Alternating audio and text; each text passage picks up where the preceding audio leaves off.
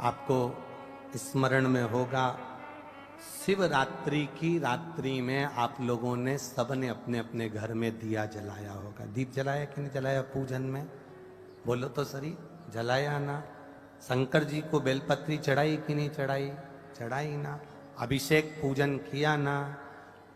तुमने दिल से, भाव से, मन से शिवरात्रि के दिन रात्रि के समय शंकर भगवान की आराधना करी।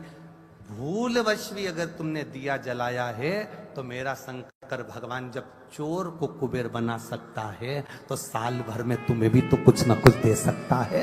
इंतजार करो कि तुमने जो पार्थिव शिवलिंग की पूजन करी है रात्रि के समय पर, केवल पार्थिव शिवलिंग की पूजन रात को नहीं होती है, पर केवल शिवरात्रि, हरतालिका तीज, छोटी तीज, बड़ी तीज, अन्य जो त्योहार होते हैं, सोमवार की अष्टमी आदि आदि जो उत्सव होते हैं, इसमें शिवरात्रि की रात्रि में, उसका मतलब ही शिवरात्रि है, रात के समय पर आप अभिषेक करो, पूजन करो, अर्चना करो।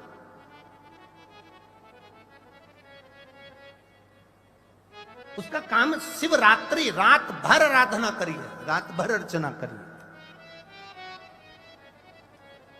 एक बार हमने बहुत पहले 2-3 साल पहले कथा में कहा था कि शिव जी का अभिषेक रात में नहीं होना चाहिए, केवल शिवरात्रि एक ऐसी होती है जिसमें शंकर भगवान का अभिषेक रात्रि को होता है और दिल से करना चाहिए, पूजन दिल से करना चाहिए। कुछ विधर्मियों ने हमारी पुरानी क्लिप निकाल के उसको आधा काट लिया और आधा काट कर उसमें ये चला दिया कि रात्रि में अभिषेक नहीं होना चाहिए, तो वो पर उसने पूरी नहीं चलाई कि गुरुजी ने क्या बोला कि शिवरात्रि की रात्रि को रात भर पार्थिव शिवलिंग का पूजन करिए, आराधना करिए, अर्चना करिए। उसने उतना चलाया कि रात को शिवलिंग का पूजन ना करें। बहुत लोग लगे हैं धर्म को खींचने में, सत्कर्म को खींचने में।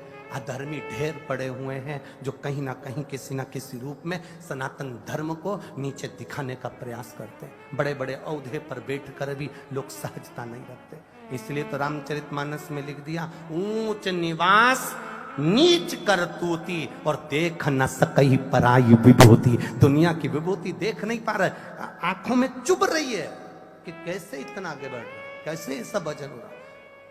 63 करोड़ लोगों ने अभिषेक पूजन कर ली, दुनिया को चुभ रही है 63 करोड़।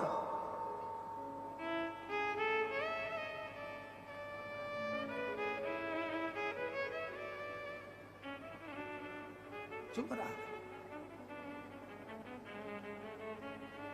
और 63 करोड़ लोगों ने जो अभिषेक करा, ये शिव तत्व है, ये शंकर की उदारता, ये करुणा है, ये भगवान की भक्ति। यहां तो कितनी सुंदर बात कही, भूल से भी शंकर का जो गुणगान कर लेता है। एक भील की कथा आती है शिवरात्रि की, आप लोगों ने पढ़ी होगी भील की कथा। पेड़ पे चढ़ गया, हिरण को मारना था, बच्चों का पेट भरना था, मांस चाहिए था। पेड़ पे चढ़ा, पानी की छाजल, अब इधर छाजल जानते कि नहीं जानते मैं नहीं मालूम, कपड़े की बनती थी, मोटे कपड़े की छाजल जिसमें पानी भरा था, ठंडा पानी रहता था। कपड़े की छाजल लेकर ऊपर चढ़ा, पेड़ पे टांग दिया, चढ़ गया ऊपर।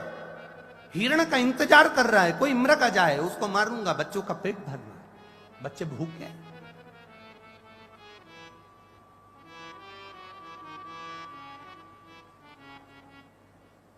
और चला, पेड़ के ऊपर चढ़ गया और पेड़ के ऊपर चढ़कर वो छाजल जो थी वो पेड़ पर टांग दी और पेड़ पे टांगी। अब वो हिरण को देखने के लिए इधर घूमे तो छाजल हिले, छाजल हिले तो उसमें से 2-2 बूंद पानी नीचे गिरता रहे। इधर घूमे 2 बूंद पानी नीचे। इसको नहीं मालूम कि मैं बेलपत्री के पेड़ पर टर्ना, इसको नहीं मालूम कि मैं बेलपत्री के पेड़ पर चढ़ गया।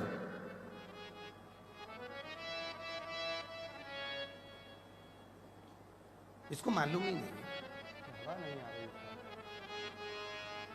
बेलपत्री के पेड़ पर चढ़ाऊं उसको नहीं मालूम। उसके स्मरण में लो। और